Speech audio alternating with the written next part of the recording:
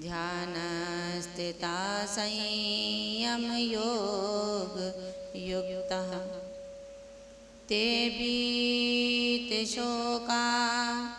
भवन्ति लोके संसार दुर्गम विषमं तरन्ति संसार दुर्गम विषमं तरन्ति। नमो अरिहन्ताणं नमो सिद्धाणं नमो आयरीयाणं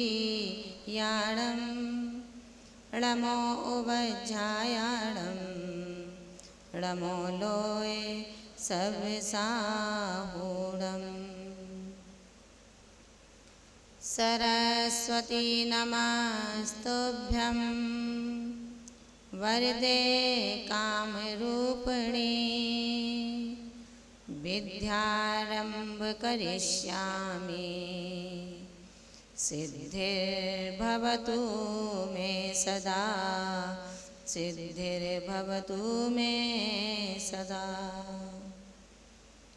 धारण रखी ब्रसे ध्वजा कर में जिनहाने परमोपकार जन का कीना जिन्होंने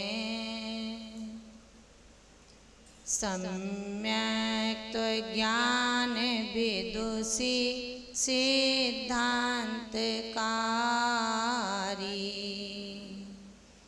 गणनी विशुद्ध मतिमा जय हो तुम्हारी गणनी विशुद्ध मतिमा जय हो तुम्हारी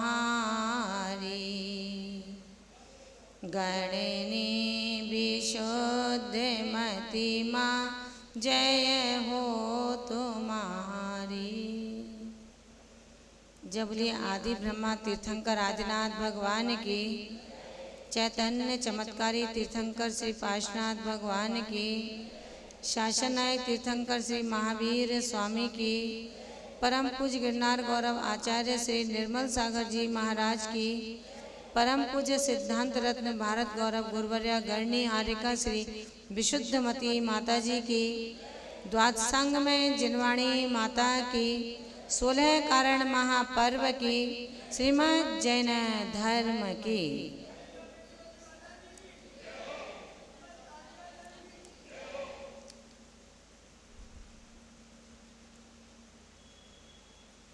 शिक्षा दीक्षा प्रदात्री गुरुवर्या गणनी हारिका श्री विशुद्धमती माता जी के श्री चरणों में वंदना में निवेदित करती हूँ। मंचासीन स्नेही हारिका वृंद, त्यागी वृंद, उपस्थित धर्म स्नेही भव्यात्माओं, 16 कारण भावनाओं को हम सुन रहे हैं और सुनने के बाद आज क्रमशः साधु समाधि भावना का यहाँ पर प्रकरण सुनेंगे। साधु समाधि भावना, कल क्या प्रकरण सुना था? अभी हमारे संचालक महोदय ने कहा था कल शक्ति तप को सुना था आपने, तो क्या सुना था कल? पूर्ण और अपूर्णता पर अभी हमारा ध्यान नहीं है। सुना था, जितना सुन लिया वो ही पर्याप्त है। भोजन में अगर ऐसी दृष्टि बन जाए कि जो आ गया सो अच्छा है, तो शायद हम सब चौथे काल में पहुंच सकते हैं। आज क्रमशः साधु समाधि भावना है। साधु का तात्पर्य उत्तम श्रेष्ठ से होता है और समाधि का तात्पर्य मरण से होता है। क्या होता है? समाधि कारण मरण। साधु माने श्रेष्ठ उत्तम, जो श्रेष्ठ मरण हो, जो उत्तम मरण हो, उसे साधु समाधि भावना कहते हैं। मरण किसका होता है? किसका मरण होता है? सबका होता है। जो 8 कर्मों से युक्त हैं उनका अभी संसरण चल रहा है, यानी कि जन्म और मरण चल रहा है। जन्मोन्मार्जन, जन्म से उन्मार्जित होने के लिए हमें इस साधु समाधि भावना को समझना होगा। आचार्य भगवंतों ने कहा है, जीवन हर किसी का हो रहा है और जिसका जीवन है उसका मरण भी है। लेकिन आश्चर्य तब है जब एक बच्चे का जन्म होता है तो परिवार में ढेरों खुशियां होती हैं। उस समय शायद ये याद नहीं होता कि जन्म हुआ है तो मरण भी होगा। हर संप्रदाय के अंदर जन्म को और मरण को महत्व दिया गया है, लेकिन मरण को हम उत्तम मरण कैसे बनाएं? मरण को उत्तम मरण कैसे बनाएं और जन्म को असाधारण जन्म कैसे बनाएं? आचार्य भगवंतों ने कहा है कि जीवन जीने की कला सिखाने वाले जगत में बहुत हैं। जीवन प्राणी मात्र जी रहा है, जीवन जीने की कला अद्भुत है उनके अंदर, लेकिन पूरे ब्रह्मांड के अंदर यदि जीवन के साथ साथ मरण की कला कोई जानता है तो विश्वव्यापी हमारा ये जैन धर्म है, जिसके अंदर जीवन जीने के साथ साथ मरण की कला भी सिखाई गई है। जीवन का महोत्सव तो दुनिया मनाती है, संसारी जन्मोत्सव मनाता है और साधु मृत्यु महोत्सव मनाता है।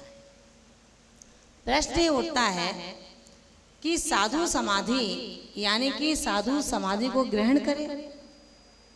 पुरुषोत्तम जी, यही हुआ कि साधु समाधि करें और श्रावक जन्म ले, आनंद मनाए, ऐसा ही है क्या? नहीं, ऐसा नहीं है। समाधि उनको करना है जिनको जन्म और मृत्यु के संसरण से बचना है। एक जन्म की व्यथा क्या होती है ये हमको सबको आपको पता है, लेकिन शायद अब विस्मृत हो गया। आदिनाथ की जयमाला पढ़ते हो ना आप लोग, याद है ना?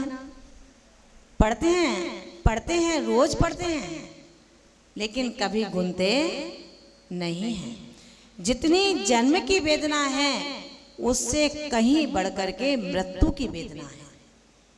मृत्यु की वेदना में व्यक्ति अपने प्रारंभ से लेकर के आज तक जितने उत्तम विचारों को बनाता है, जितनी उत्तम साधना को करता है, जितना समव्यवहारिक बनता है, मृत्यु की वेदना के समय वो सारा तहस नहस हो जाया करता है। आचार्य भगवंतों ने कहा है, समाधि को उत्कृष्ट बनाने के लिए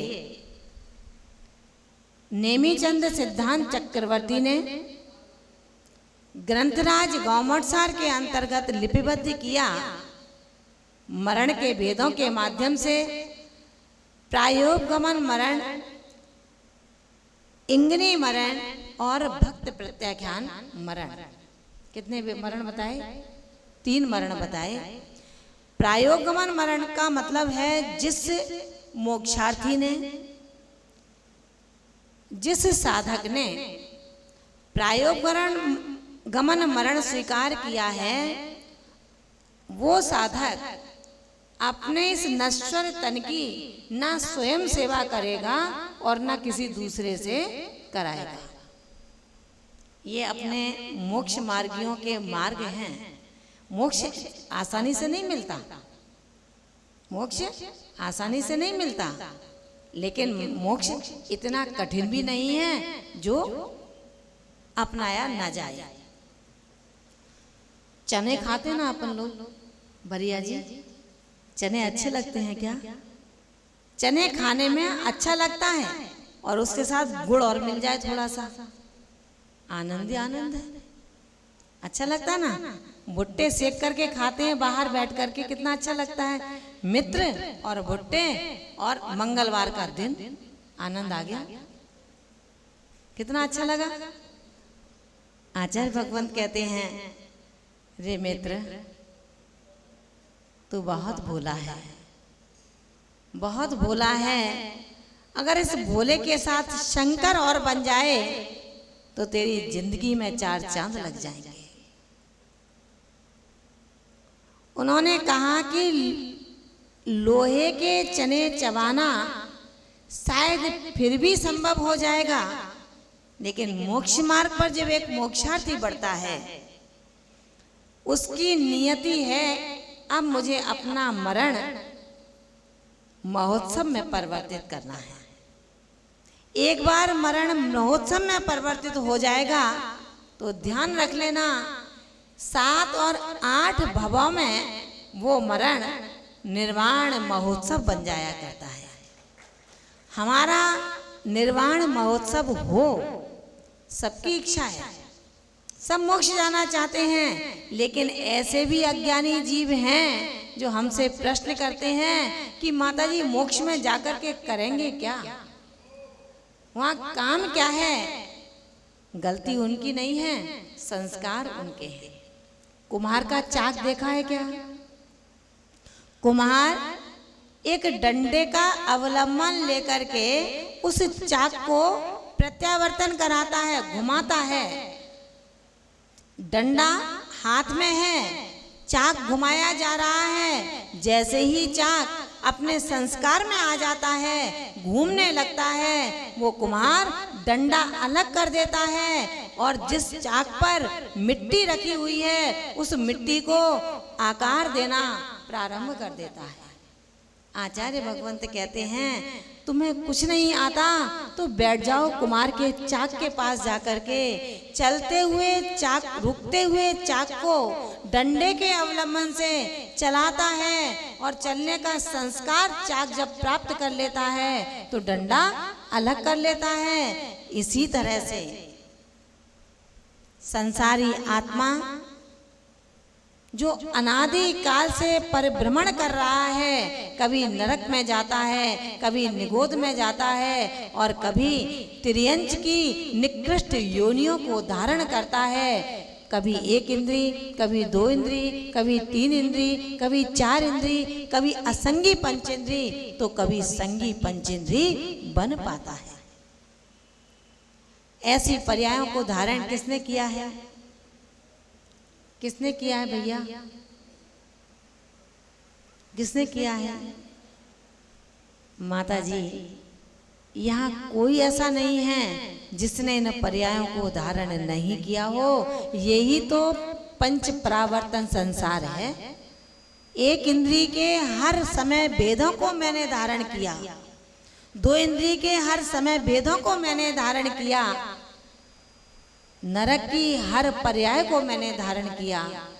लेकिन आज जब मनुष्य गति में किसी पुण्य के योग से बैठा हूं तो शायद भूल गया हूं साधु समाधि कहते किसको है, कौन करते हैं साधु समाधि भावनाओं को। आचार्य समंत भद्र स्वामी ने रत्नकर्ण शापकाचार्य ग्रंथ राज के अंतर्गत 122 गाथा के अंतर्गत लिखा, उपसर्गे दुर्भिक्षे जरसि रुजायाम च निप्रतीकारे धर्मायतन विमोचन माहुर्सल्लेखनामार्या। उन्होंने कहा, दुर्भिक्षे उपसर्गे दुर्भिक्षे, उपसर्ग के होने पर दुर्भिक्ष काल के आने पर, जरसी माने वृद्धा अवस्था आने पर, रुजायाम माने रोग के आने पर, च निप्रतिकारे जिसका प्रतिकार नहीं किया जा सकता। ऐसे रोग हो जाते हैं जिसका कोई इलाज नहीं है। डॉक्टर ने कहा भैया भगवान के नाम याद करो, सेवा करो, ले जाओ। निप्रतिकारे, अब उसका कोई प्रतिकार नहीं है, उपसर्ग हो रहा है। 700 मुनियों को बाढ़ बना करके नरमेघ यज्ञ चल रहा है। मुनियों ने विचार किया अब इस उपसर्ग का निवारण हम नहीं कर सकते। उपसर्ग देवकृत होता है, उपसर्ग मनुष्यकृत होता है, उपसर्ग अचेतनकृत होता है, उपसर्ग तिर्यंचकृत होता है। दिगंबर साधुओं पर जब उपसर्ग आते हैं तो वह अपने उपसर्ग को हटा नहीं सकते, टाल नहीं सकते, उसका प्रतिकार नहीं कर सकते। लेकिन किसी दूसरे पर आता है तो उसका प्रतिकार नियम से करते हैं। आचार्य समंत भद्र स्वामी ने यही कहा, उपसर्ग के आने पर, दुर्भिक्ष काल के आने पर, वृद्धा अवस्था आने पर और रोग के उत्पन्न होने पर जिसका कोई प्रतिकार नहीं हो सकता है, ऐसे अवसर पर धर्मात्मा ज्ञानी पापों से भयभीत, जन्म और मृत्यु से उन्मार्जित होना चाहता है। ऐसा आत्मा धर्माय तनु विमोचन, धर्म के लिए अपने तनु माने शरीर का विमोचन यानी कि त्याग कर देता है, संलेखना धारण कर लेता है। यही आचार्यों ने जैन दर्शन के अंतर्गत लिपिबद्ध किया है। संलेखना को ग्रहण करना उस सांप की कैंचुली की तरह शरीर छोड़ना नहीं है।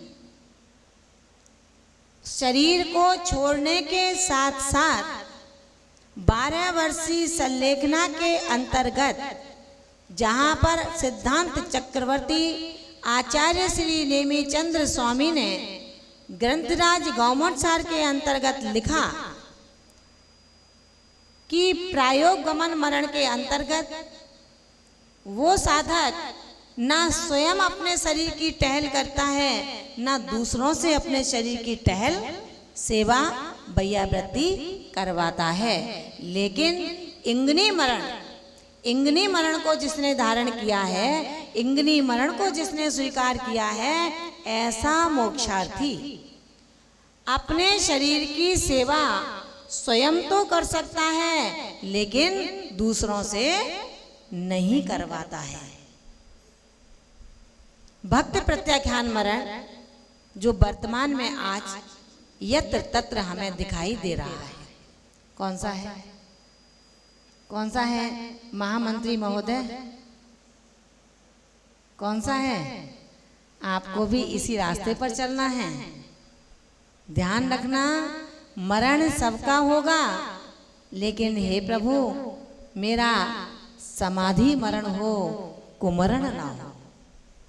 ध्यान रखना। भक्त प्रत्याख्यान मरण आप सुनते होंगे कि अमुक संघ में अमुक मुनि की आर्यिका की 12 वर्षीय संलेखना चल रही है, वो भक्त प्रत्याख्यान मरण होता है।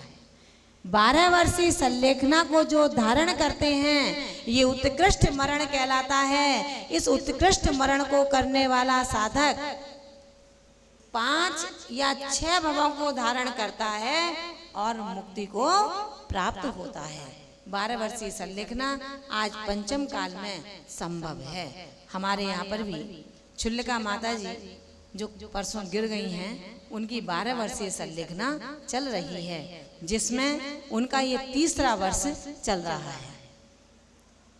12 वर्षीय संलेखना को भक्त प्रत्याख्यान मरण कहा। आचार्य भगवंत कहते हैं संसारी प्राणी उस गेंद की तरह, गेंद बॉल देखिए ना, जहां जाती है एक किक लगी वहां से उछल के दूसरी तरफ पहुंच जाती है। ठीक इसी तरह हे प्रभु, मेरा ये आत्मा 84 लाख संसार में भटकता हुआ, योनियों में भटकता हुआ, आज किसी पुण्य की कर्णिका के सुयोग मिलने पर मनुष्य पर्याय में जैन कुल में और आर्य की संगति के साथ बैठा हुआ है। इस जन्म को अब मैं मरण से जोड़ना चाहता हूँ। मरण क्या है? वृक्ष का पत्ता पीला होता है, स्वयमेव गिर जाता है। दीपक का तेल समाप्त होता है, स्वयमेव बुझ जाता है।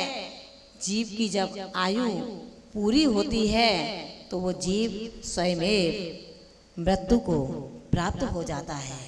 मृत्यु आए उससे पहले हम उस मृत्यु को कैसे सुधारें, उस मृत्यु का हम कैसे सम्मान करें, कैसे उसके आगमन को स्वीकार करें। आचार्य भगवंत कहते हैं, अपने आत्मा से परिचय बढ़ा लोगे, समझ लेना आत्मा का परिचय का नाम ही समाधि है। बूंद का सागर में समाहित हो जाना ही समाधि है। विचार और आचार के सुसंगम का नाम ही समाधि है। आदि व्याधि और उपाधि से उन्मुख हो जाना, परे हो जाना ही समाधि है। मैं और तू की भावना समाप्त हो जाना ही समाधि है। समस्त साधनों से उन्मुक्त हो जाना, मुक्त हो जाने का नाम ही समाधि है। जो जीवन से अतृप्त रहा है, जो जीवन में तृप्त नहीं हो पाया, आचार्य भगवंत कहते हैं, आकांक्षाओं की पूर्ति कब तक करते रहोगे? ये आकांक्षाएं तो उस अग्नि की तरह हैं, उस अग्नि में कितना भी ईंधन डाल दिया जाए कभी तृप्त नहीं होती है। ये इच्छा उस समुद्र की तरह है जिसमें ढेरों नदियां मिल जाएं लेकिन कभी समुद्र भरता नहीं है। ठीक इसी प्रकार कंकाल खोपड़ी को कभी देखा होगा, वो कभी भरती नहीं है और इच्छाओं का पेट कभी भरा नहीं जा सकता है। भूख लगती है तो रोटी से पेट भरता है, 400 रोटी खाकर के व्यक्ति तृप्त हो जाता है। लेकिन जब इच्छाओं की भूख होती है तो उसका पेट कभी भरता नहीं है। आचार्य भगवंत कहते हैं, आकांक्षाओं की पूर्ति जिसकी ना हो सकी, हताश होकर के कसाय और अहंकार से जो परिपूर्ण है, ऐसा व्यक्ति आत्मघात की ओर बढ़ता है। समाधि आत्मघात न करने का एक निचोड़ है। और जो कसाय अहंकार ममकार के वशीभूत होकर के जिसकी इच्छा की पूर्ति ना हो सकी, जिसके सम्मान में ठेस पहुंची, वो जाकर के आत्मघात कर लेता है। आत्महत्या करना व्यक्ति का कोई कर्तव्य नहीं है। आचार्य भगवंत ने कहा कि मुझे भी अपने प्राणों का विसर्जन करना है तो खुशी खुशी करना है, होश में करना है, बेहोशी में नहीं करना। प्राण जाएंगे, उसे नहीं रोक पाएंगे।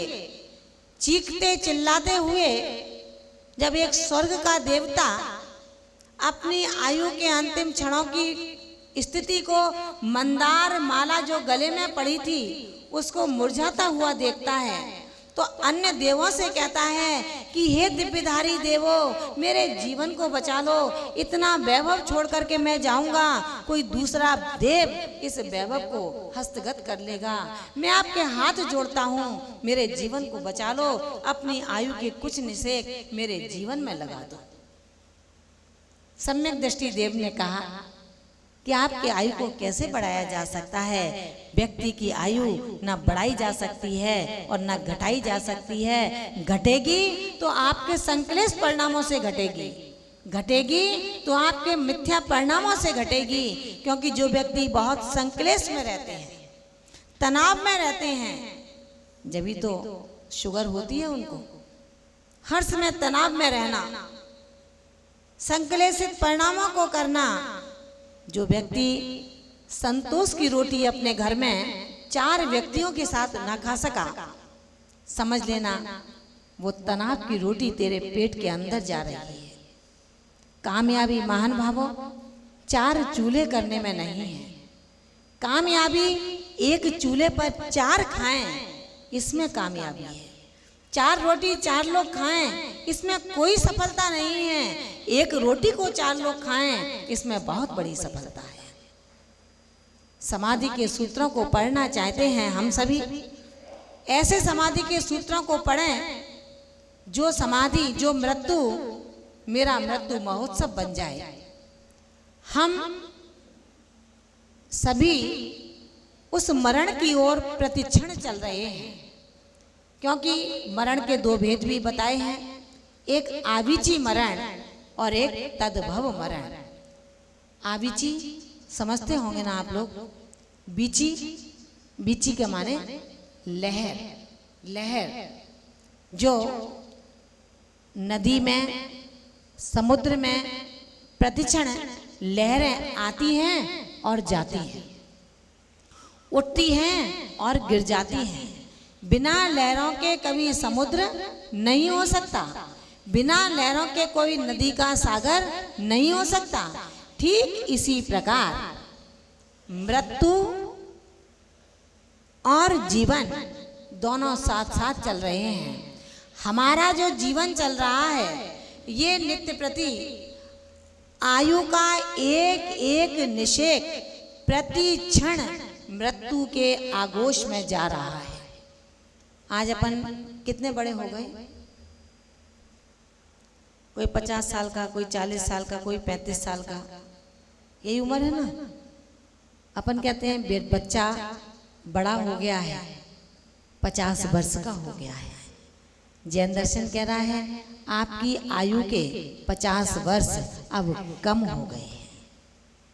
जैसे उस सागर में लहरें उठ रही हैं, गिर रही हैं, इसी तरह मेरे इस जीवन रूपी सागर में आयु रूपी लहरें प्रति क्षण समाप्त हो रही हैं, प्रति क्षण मृत्यु की गोद में जा रही हैं। आयु प्रति क्षण घट रही है। आविची मरण मनुष्य का, प्राणी का जब से जन्म हुआ उस समय से जन्म का मतलब गर्भ में आया, क्योंकि अभी कौन सी आयु का भोग कर रहे हैं अपन? कौन सी आयु का भोग है ये बुद्धिमान आयु है जिसका भोग कर रहे हैं। नवीन आयु प्रतिक्षण बंध रही है, लेकिन नवीन आयु जब गति के साथ बंद होगा उस गति का फिर प्रत्यावर्तन नहीं कराया जा सकता है।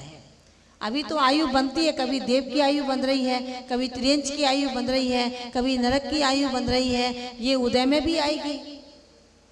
मनुष्य गति में बैठे हैं और ऑपरेशन चल रहा है, चीड़ा फाड़ी हो रही है, ये नरक गति का उदय चल रहा है। मनुष्य गति में बैठे हैं और हम निरंतर आपस के मन मुटाव में, लड़ाई में, डंडों से, गोली से बदला लिया जा रहा है। अनेक भूख प्यास के कष्ट मिल रहे हैं। कभी पत्नी भोजन नहीं देती, कभी भोजन करने बैठते हैं तो परिवार चैन से भोजन नहीं करने देता, भोजन हो रहते हुए भी व्यक्ति भोजन नहीं कर पाता। त्रियंच गति के दुख आ रहे हैं, कष्ट इतना हो रहा है। इंसान है लेकिन कुंतल कुंतल वजन पीठ पर रख करके ढोना पड़ रहा है। देखते ना सड़कों पर, आप तांगे में बैठते हो और तांगे चलाने वाला तांगा चलाता है। आप रिक्शे में बैठते हो, आपके वजन को रिक्शे वाला ढोता है। त्रियंच मनुष्य गति में त्रियंच गति का उदय चल रहा है और त्रियंच गति में मनुष्य गति का उदय चलेगा। स्वान पर्याय में जन्म लिया है लेकिन मनुष्यों की लग्जरी कार में घूम रहा है। मोती साबुन से जिसको निलाया जा रहा है, सुंदर ब्रांडेड परफ्यूम इसके छिड़की जा रही है, मालिक के साथ स्टीयरिंग के सीखने के लिए ड्राइव सीट पर बैठा हुआ है। तिर्यंच गति में मनुष्य गति का उदय आ रहा है। एक सेठ जी ऐसे हैं जिनके उठने पर चप्पल उनके पैर में पहनाने वाला एक नौकर लगा है, जब आएंगे चप्पल उतारने वाला एक नौकर लगा है, लेटेंगे तो करवट दिलाने वाला एक नौकर लगा है, पंखे करने वाले दोनों साइड में खड़े हैं। सेठ जी तो जैसे ही खांसी आई उनका सिर हिलाने वाले लगे हैं। मनुष्य गति में देव गति का उदय चल रहा है। ये जो प्रतिक्षण आयु बंद चल रहा है महान भावों, ये आविची मरण भी इसी तरह का है। प्रति क्षण क्षण हमारा मृत्यु चल रही है। कोई ऐसा नहीं है मृत्यु से छूटा है, मृत्यु प्रतिक्षण चल रही है। अब ज्यादा संकलेश कर लिया, ज्यादा पाप बढ़ गया तो आपका उसी समय हार्ट फेल होता है। कहते ना हार्ट फेल हो गया, हार्ट फेल कुछ हुआ नहीं था, अकाल मृत्यु हो गई। क्यों हो गई? ये सारा अकाल मृत्यु का विवरण तत्व सूत्र के अंतर्गत आप सबको बताने का पुरुषार्थ करेंगे।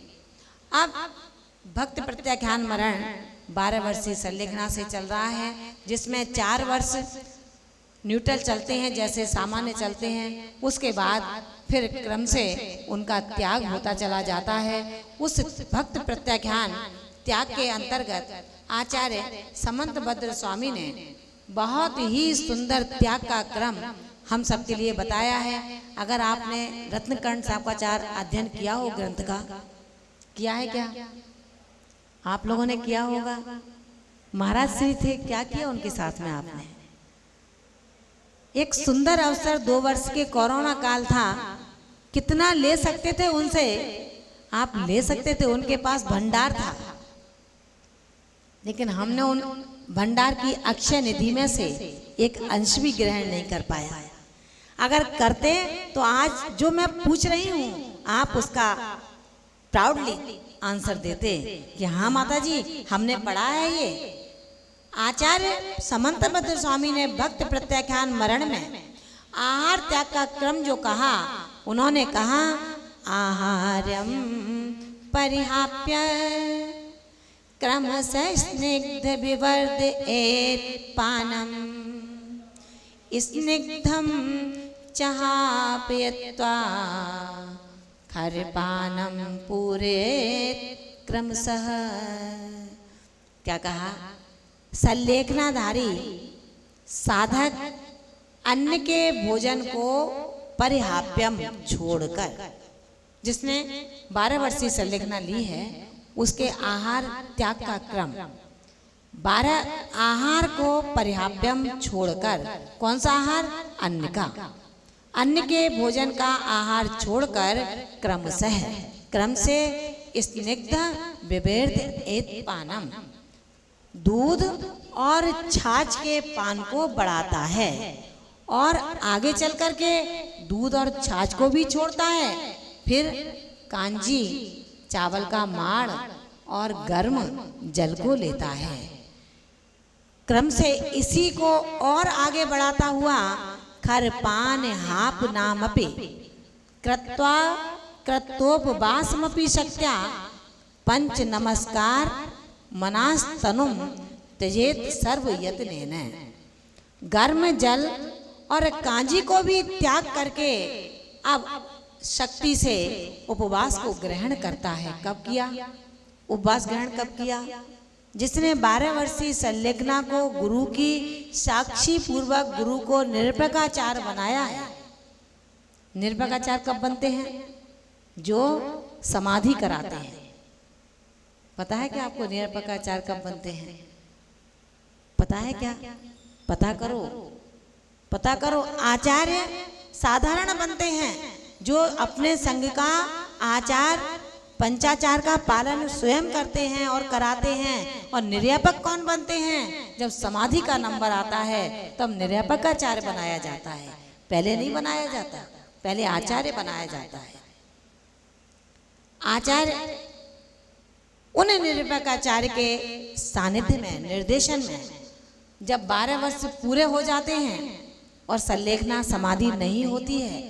अब वो साधक जब तक समाधि नहीं होगी तब तक के लिए चारों प्रकार के आहार का त्याग कर देता है। व्रत संयम आदि में यत्न से पंच नमस्कार मंत्र का जाप करता हुआ अपने शरीर का त्याग कर देता है। महान भावों, प्रश्न उठता है, अब साधु समाधि में हमको क्या करना है? ये तो समाधि की बात हुई, हमको क्या करना है? आचार्य भगवंत कहते हैं, तप करके जीवन बिताना, दान में धन गवाना और सन्यास में प्राणों को छोड़ना कभी भी व्यर्थ नहीं जाता है। लेकिन जिसने अपने शरीर के स्वरूप को समझा ही नहीं, वैराग्य भावना पढ़ते हैं ना? कौन कौन पढ़ते हैं? पढ़ने का समय नहीं है माता जी, बहुत जिम्मेदारी है। परिवार की है सो है, बाहर की बहुत जिम्मेदारी है। उस बाहर की जिम्मेदारी से हम खाना भी नहीं खा पाते अच्छे से। आचार्य भगवंतों ने वैराग्य भावना में लिखा है,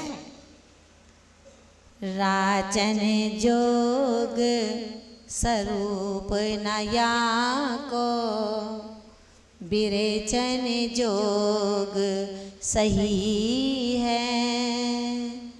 यह तन पाए महातप कीजे, या में सारे यही है। शरीर को जो सजाया है, वो कह रहे हैं कि इसको पोषण करने में कोई सार नहीं है, लेकिन इसको विरचन करने में, छोड़ने में सब कुछ सार है। यह तन पाया है तो हे भव्यात्मा, त्याग भी करना, तप भी करना, संयम का पालन भी करना। भाद्रपद मास आया है, इसमें अपने आत्मा को सजाना है, श्रृंगार करना है। तन को सजाया तो क्या सजाया, मन सजाओ तो जाना। साधु समाधि जिन्होंने की है, अभी आपको 4 भेद बताए थे उपसर्ग के, मनुष्यकृत, देवकृत, त्रियंचकृत और अचेतनकृत। ये उपसर्ग किसको मिले? मनुष्यकृत उपसर्ग हुए क्या? परिश्रम पर में सब कुछ बताएंगे, अगर समय रहेगा और इस तन के अंदर प्राण शक्ति रहेगी तो बताने का पूरा प्रयास करेंगे। किसान जब खेत में गया, खेत में जाने पर उसने देखा और अपनी पत्नी से कह गया था कि मैं खेत पर जा रहा हूँ, तू भोजन दे करके लेकर के आ जाना। किसान ने सोचा, जब किसान अपने खेत पर गया, एक दिगंबर मुनिराज एक शिलाखंड पर अपने आत्म ध्यान में रत थे। किसान ने विचार किया, ये दिगंबर साधु यहाँ पर बैठ कर के आत्म ध्यान कर रहे हैं, तो मैं दूसरे खेत का सिंचाई कर लेता हूँ। चूंकि बाहर से तो दिखने में मुनिराज थे ना, अंदर आत्मा के शोधन में थे। उस किसान ने कहा कि ओ साधु, ध्यान रखना, मेरी पत्नी भोजन लेकर के आ रही होगी, उससे कह देना तेरा किसान पीछे के खेत में है। किसान कहकर के चला गया। पत्नी आती है, देखती है कि पति नहीं है, वो भोजन वहीं रख करके चली आती है। उसने उस महाराज से पूछा कि मेरा पति पता है कहाँ है? लेकिन जैन संप्रदाय का कैसा होता है दिगंबरत्व, कौन जानता है, कौन समझता है उनकी साधना को? दिगंबरत्व की शैली को समझने का साहस भला कौन कर सकता है? मुनिराज निश्चेष्ट होते हुए अपनी आत्मा के शोधन में तल्लीन हैं। कौन आया, कौन गया, किसने क्या प्रश्न किया, उनको कुछ भी पता नहीं है। प्रातः से सायं हो गया, भोजन नहीं मिला। कुछ होता तो नहीं है, भोजन नहीं मिले तो कुछ होता तो नहीं है, क्षमा रहती है ना मन में? नहीं रहती। उस किसान को भी कहाँ क्षमा थी?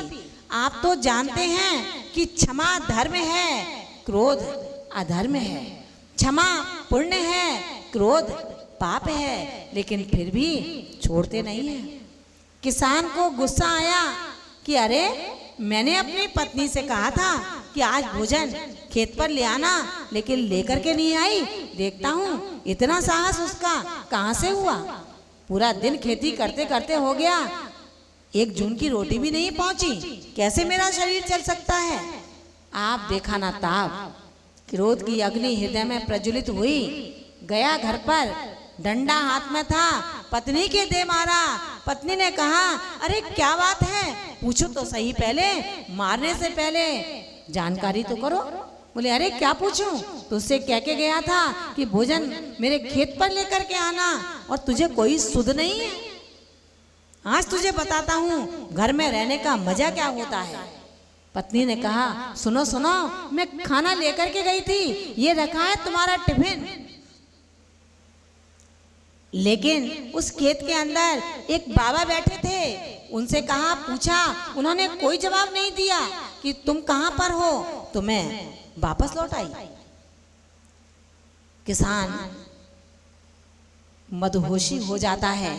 अच्छा, उस नंगे ने तुमसे कुछ भी नहीं कहा? उसको ही जाके देखता हूं। मान भावो क्रोध अंधा कर देता है, अंधा कर देता है। ना खुद का सूझता है, ना पर का सूझता है। जाता है और उस मुनिराज के चारों तरफ रुई लपेट देता है और अग्नि लगा देता है। अपने को कष्ट हो रहा है ना, कष्ट हो रहा है ना, लेकिन जैन दर्शन कह रहा है क्यों कष्ट कर रहे हो, किसका कष्ट कर रहे हो? ये पूर्व जन्म का आज उदय काल चल रहा है। विषय से विषयांतर हो रही हूं। निश्चित तौर पर ये सब वर्तमान युग के दृष्टांत कहानी नहीं है, ये सच्ची जुबानी है, मनुष्य कृत उपसर्ग हैं। ये रुई में लपेट करके उनके शरीर को जला दिया जाता है। कष्ट नहीं था क्या? चाहते तो रुई को हटा सकते थे, उपसर्ग दूर कर सकते थे, लेकिन नहीं, ये दिगंबरत्व बाना है। गज कुमार मुनिराज जब कायोत्सर मुद्रा में जंगल में खड़े हैं, उनका ही होने वाला ससुर जब वहां से निकलता है, उसने कहा अरे ये गजकुमार मेरा दामाद, अरे तुझे शादी नहीं करनी थी, तुझे साधु बनना था, तो शादी क्यों की मेरी बेटी से? चल आज तेरा ही काम निपटा देता हूं। उनके सिर पर सिगड़ी जला दी। जला दी ना? अच्छा किया बुरा किया? कैसा किया भैया, बंटी भैया? मोबाइल रख दो। सिगड़ी जला दी गजकुमार मुनि के सिर पर, तो आप क्या करोगे? पकड़ के मारोगे क्या उसको? क्या करोगे? हाथ जोड़ोगे, भैया बहुत अच्छा किया तुमने, मुनिराज की सिगड़ी जला दी, अच्छा किया। क्या करोगे? आचार्य भगवंत कहते हैं गजकुमार के सिर पर जो सिगड़ी जलाई गई, वो जलाने वाला कौन है? क्यों जलाई सिगड़ी उसके? जैन दर्शन के पुराणों को उठाओ, देखो जितने कसाय में जितनी तीव्र कसाय होगी, उतना लंबी स्थिति का बंध होगा। जितनी कम कसाय होगी, उतनी कम स्थिति का बंध होगा। ये गजकुमार मुनिराज जब 90 लाख करोड़ वर्ष पहले एक माँ के रूप में थे, सौतेली माँ के रूप में थे, जिसने सिगड़ी जलाई थी, वो 5 वर्षीय बच्चा था। उसकी सच्ची माँ खत्म हो गई थी। सौतेली माँ पालन पोषण कर रही थी। उस उम्र के साथ साथ उस बच्चे के पीठ पर एक फोड़ा हो जाता है। बच्चा फोड़ा की वेदना सहन करता है, चीखता है, चिल्लाता है। सौतेली माँ जो गजकुमार का जीव था, वो रोटी बना रहा था चूल्हे पर। बच्चा रो रहा है, उसकी टांग खींचती है और गरम गरम रोटी उसके फोड़े पर रख देती है। बच्चे का प्राणांत हो जाता है। महान भावों, कितना समय था? 90 लाख करोड़ भव पहले की कहानी आज गज कुमार की पर्याय में उदय में आई है। ये चुकता करता है, कर्म छोड़ता नहीं है। इस कर्म का सीसीटीवी कैमरा ऐसा अद्भुत लगा हुआ है। आप चाहे अंधेरे में करो, चाहे उजेले में करो, चाहे बंद होकर के करो, अकेले करो, चाहे संगी साथियों के साथ करो, दंड मिलेगा। और लाठी ऐसी पड़ेगी, दर्द होगा, लेकिन आवाज नहीं आएगी। तेरी लाठी की भी आवाज नहीं आती है, एक दिन तेरी भी डोली निकाली जाएगी। 4 कंधों पर सज धज कर चली जाएगी। भजन नहीं सुना रही, कोई गीत नहीं आता? कैसे है ये क्रूर कर्म? गजकुमार मुनि के सिर पर सिगड़ी जलाने वाला वो बच्चा आज कुर्योधन बन गया था, ससुर बनकर के बदला ले रहा था। उदय काल आ गया था। महान भावों, ऐसे एक दृष्टांत नहीं है, हजारों हजारों दृष्टांत पुराणों में भरे पड़े हैं। ये मनुष्यकृत उपसर्ग है, त्रियंचकृत उपसर्ग। भगवान पार्श्वनाथ का जीव कोई बैर नहीं था, एक तरफा बैर था। आनंद मुनि की पर्याय में जब तीर्थंकर प्रकृति का बंद करते हैं, नितांत घोर वन प्रांतारों में जाकर के शिलाखंड पर आत्मा की साधना करते हैं, गहरे उतरे हुए हैं, उसी समय पूर्व जन्म का बैरी कमठ का जीव सगा भाई था। ध्यान रखना मित्र हमेशा मित्र नहीं होता है, कब कर्म का विपाक आ जाएगा। सगा भाई जिसकी प्रतिशोध की ज्वाला अभी कम नहीं हो पाई है, भव भव गुजर गए, पीड़ाओं को सहन कर रहा है। एक स्वर्ग में जाता है तो दूसरा नरक में जा रहा है। आज आनंद मुनि की पर्याय में बैठा है तीर्थंकर पार्श्वनाथ का जीव। तीर्थंकर प्रकृति का बंध आनंद मुनि की पर्याय में किया है, लेकिन फिर भी कर्मों ने नहीं छोड़ा। बैरी का तो निमित्त लगा, कर्म तो खुद पार्श्वनाथ भगवान के थे। शेर वही कमठ का जीव आता है, जंगल में देखता है कि अरे ये तो मेरा बैरी है, जन्म जन्म का बैरी है, इसको चीरूंगा, फाड़ूंगा, अंतड़ियों को खा करके अपनी क्षुधा को शांत करूंगा। तीक्ष्ण नखों से चीर देता है उनके उस शरीर को, जो शरीर उत्तम सेनन को लेकर के बैठा है। महान भावों, कैसा है ये बैर? यह बैर महा दुखदाई है। यह बैर ना बैर मिटाता है, यह बैर प्राणियों को इस भव भव में भटकाता है। मत करना बैर किसी से, मत करना पाप किसी के साथ। पाप का भुगतान मेरी आत्मा को करना होगा, पुण्य का भुगतान मेरी आत्मा को करना होगा। कितना पाप कमाओगे? आज पुण्य की ओट में पाप का द्रव्य दब रहा है। जिस दिन पुण्य कम होगा, ये पाप भयावह रूप रख करके हमारे सामने आएगा। कौन बचाएगा? कौन संभालेगा? कौन संबोधन देगा? कौन सा डॉक्टर तुम्हें बचा पाएगा? नहीं बचोगे चेतन, नहीं बच पाओगे। बचने के लिए इस चेतना की चिरंतन शक्ति का उपयोग करो। अगर इसको कर लोगे तो तुम्हारा कोई बाल बाका नहीं कर पाएगा। त्रियंचकृत उपसर्ग हुए और देवकृत उपसर्ग कमठ काल संवर के रूप में जब था, तीर्थंकर पार्श्वनाथ आत्मशोधक बने बैठे हैं, अपने ही मठ में हैं। कमठ का विमान ऊपर से निकलता है, विमान रुक जाता है। ये नियम है। कोई चरम शरीरी, उत्तम देही, कोई आत्मशोधक रिद्धिधारी अगर धरती पर आत्म साधना में है, कोई देव निकलेगा तो उनके ऊपर से निकल नहीं सकता। जैसे ही विमान रुकता है, उसने कहा कि अरे कौन है, किसकी शक्ति है? या तो कोई यतिराज है या कोई मेरा बैरी है। विमान नीचे उतारता है। जैसे ही देखता है, कुमार पार्श मुनिराज के रूप में हैं, लहू लुहान हो जाती हैं आंखें, खून आंखों में उतर आता है कि अरे ये बैरी अभी भी शांत नहीं हो पाया, चलो आज निपटाता हूं इसका कार्य।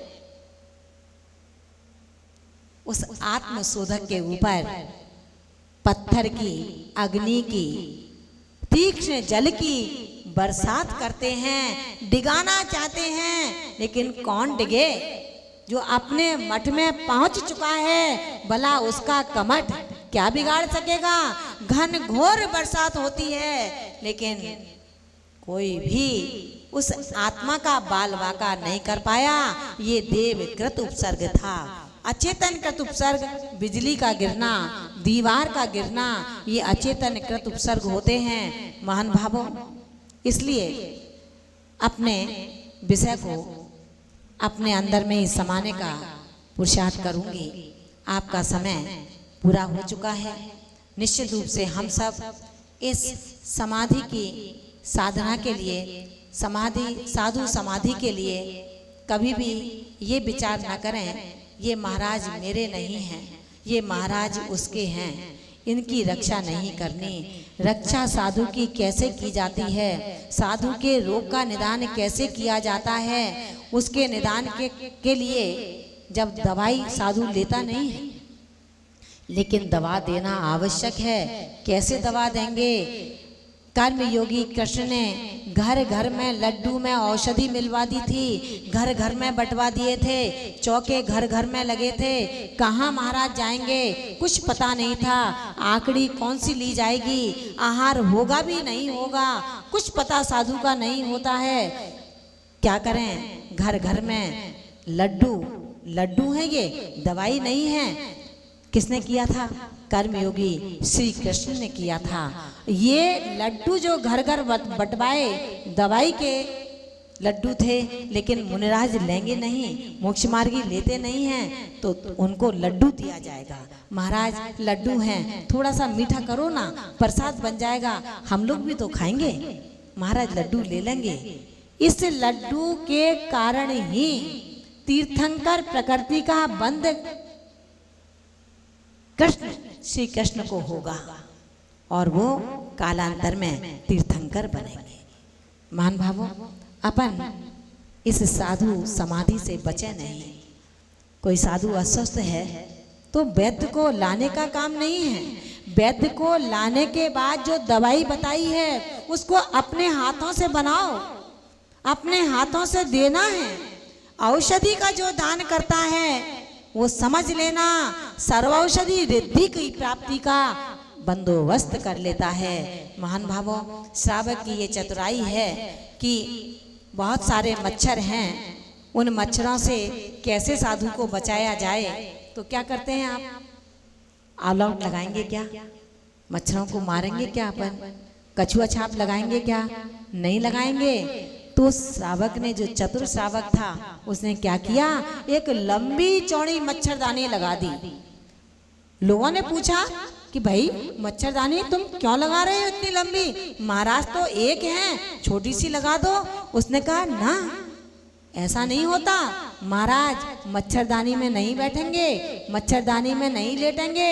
महाराज कहेंगे भैया क्या कर रहे हो ये, तो हम कहेंगे महाराज आपके पास सोएंगे, मच्छर बहुत काटते हैं इसलिए मच्छरदानी में सोएंगे। आप भी सोते रहना, हम भी सोते रहेंगे, हमारी तो चिंता करोगे ना। साधु समाधि भावना ऐसा श्रावक पालन करता है।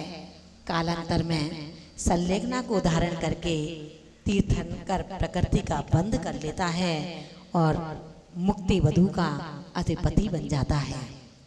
हम सब भी इन 16 कारण भावनाओं की एक एक भावनाओं के चिंतन से अपने चित्त सैया को श्रृंगारित कर लें तो शायद एक क्षण के लिए हे परमात्मा आप मेरी चित्त सेज पर जरूर पधारोगे, यही मेरी इच्छा है। क्योंकि आपसे सबके सामने मिलन नहीं हो सकता, एकांत की चित्त सैया पर आपका आगमन होगा, मेरा मुझसे मिलन हो जाएगा। इसी भावनाओं के साथ में बहुत ही धैर्यता के साथ मौसम की प्रतिकूलता के बाद भी आप सबने मुझको झेलने का प्रयास किया। आप सबसे मैं बहुत अनुग्रहित हूँ।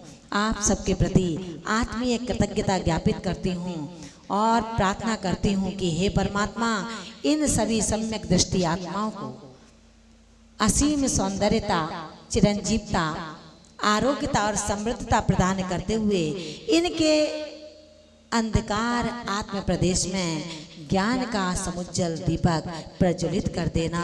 तमाम अंधकार के विस्तार को हटा करके ज्ञान के विस्तार का विधान भर देना। इन्हीं भावनाओं के साथ में दोनों हाथों को जो लेकर के आए हों एक बार हाथ ऊंचे करेंगे और जयकारा लगाएंगे।